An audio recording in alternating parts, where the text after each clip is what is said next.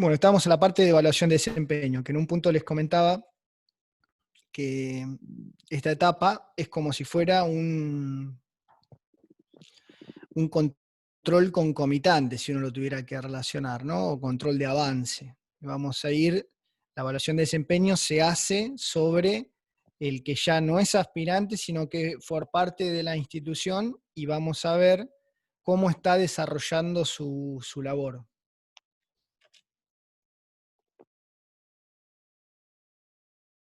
Fíjense que siempre se va a tratar de un proceso y en el cual vamos a valorar el rendimiento laboral de un colaborador.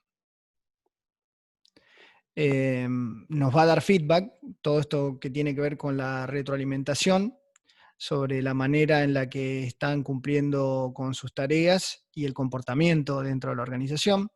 Y la evaluación de desempeño no es un fin en sí mismo, sino es un instrumento que nos va a permitir como herramienta mejorar los resultados de los recursos humanos de la empresa, ¿no?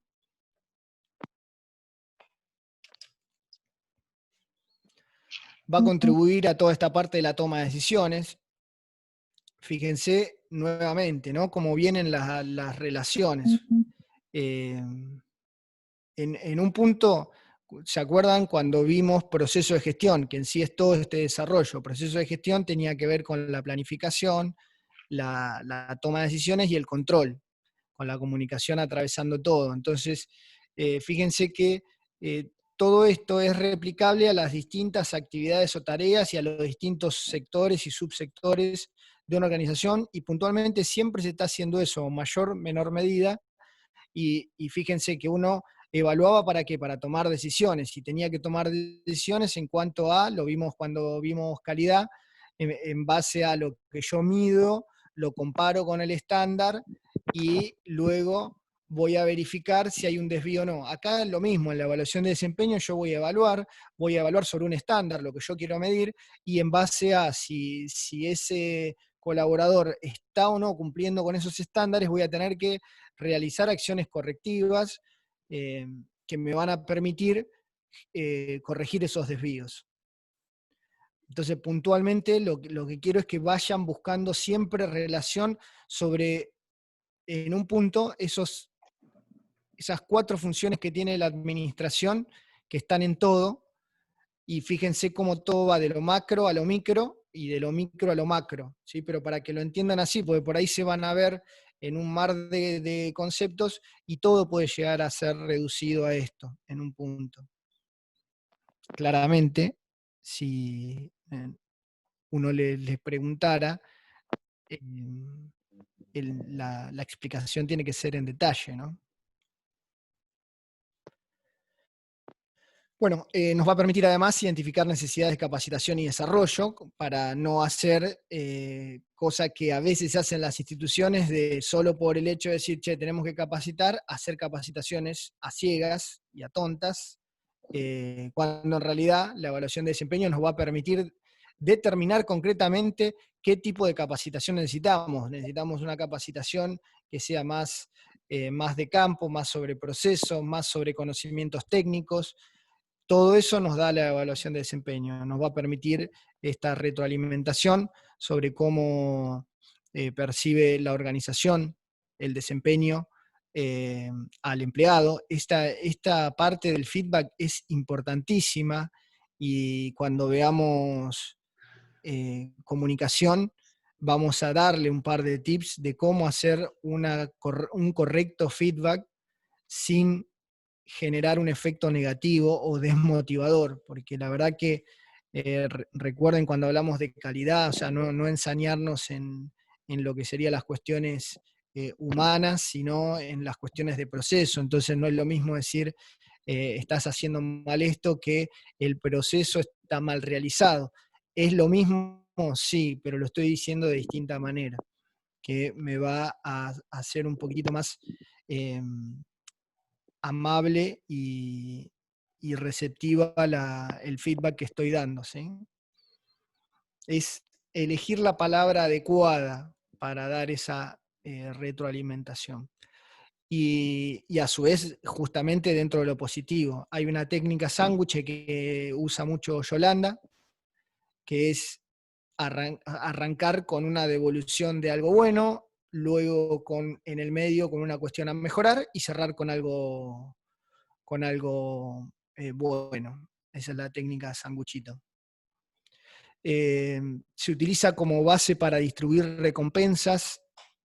Esto, calculen que hay asignaturas completas en gestión con respecto a lo que sería motivación y esta teoría de el circuito de recompensas y castigos, si se quiere hablar sobre planes de carrera y demás, porque es como muy subjetivo cuando no se utiliza como política institucional, pero si uno tiene una correcta estructura de política de recompensas, es muy bueno la evaluación de desempeño para trabajar en conjunto con eso.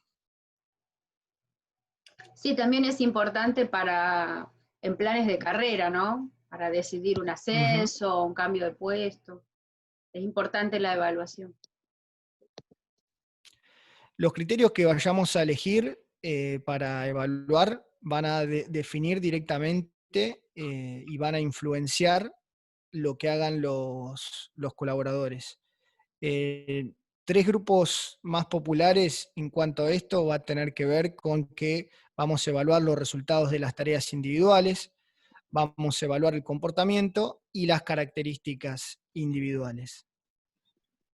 Puntualmente luego van a ver, de hecho en la clase que les poníamos los ejemplos de evaluación de desempeño, creo que era la clase de organización de los servicios de enfermería, que les poníamos un par de ejemplos, un par de planillas, van a ver planillas con un montón de columnas y subcolumnas con datos y demás, pero puntualmente los tres grandes grupos son esto, ¿no? Uno va a ver resultados de las tareas individuales, comportamientos y características individuales.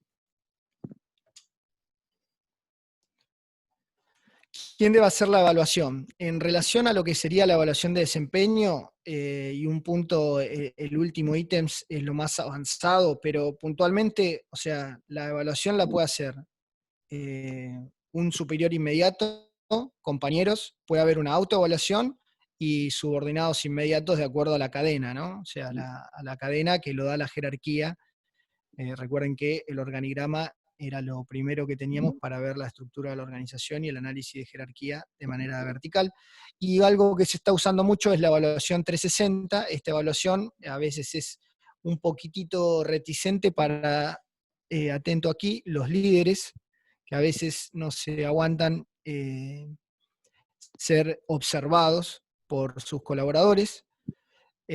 Así que tengan en cuenta esta cuestión en cuanto a quienes deben hacer la evaluación, lo que se usa en las organizaciones que se puede decir que utilizan la técnica de empresa emergente, o lo que sería organización inteligente, como le llama Peter Senge, tiene que ver con la evaluación 360. ¿Qué es eso de la evaluación 360?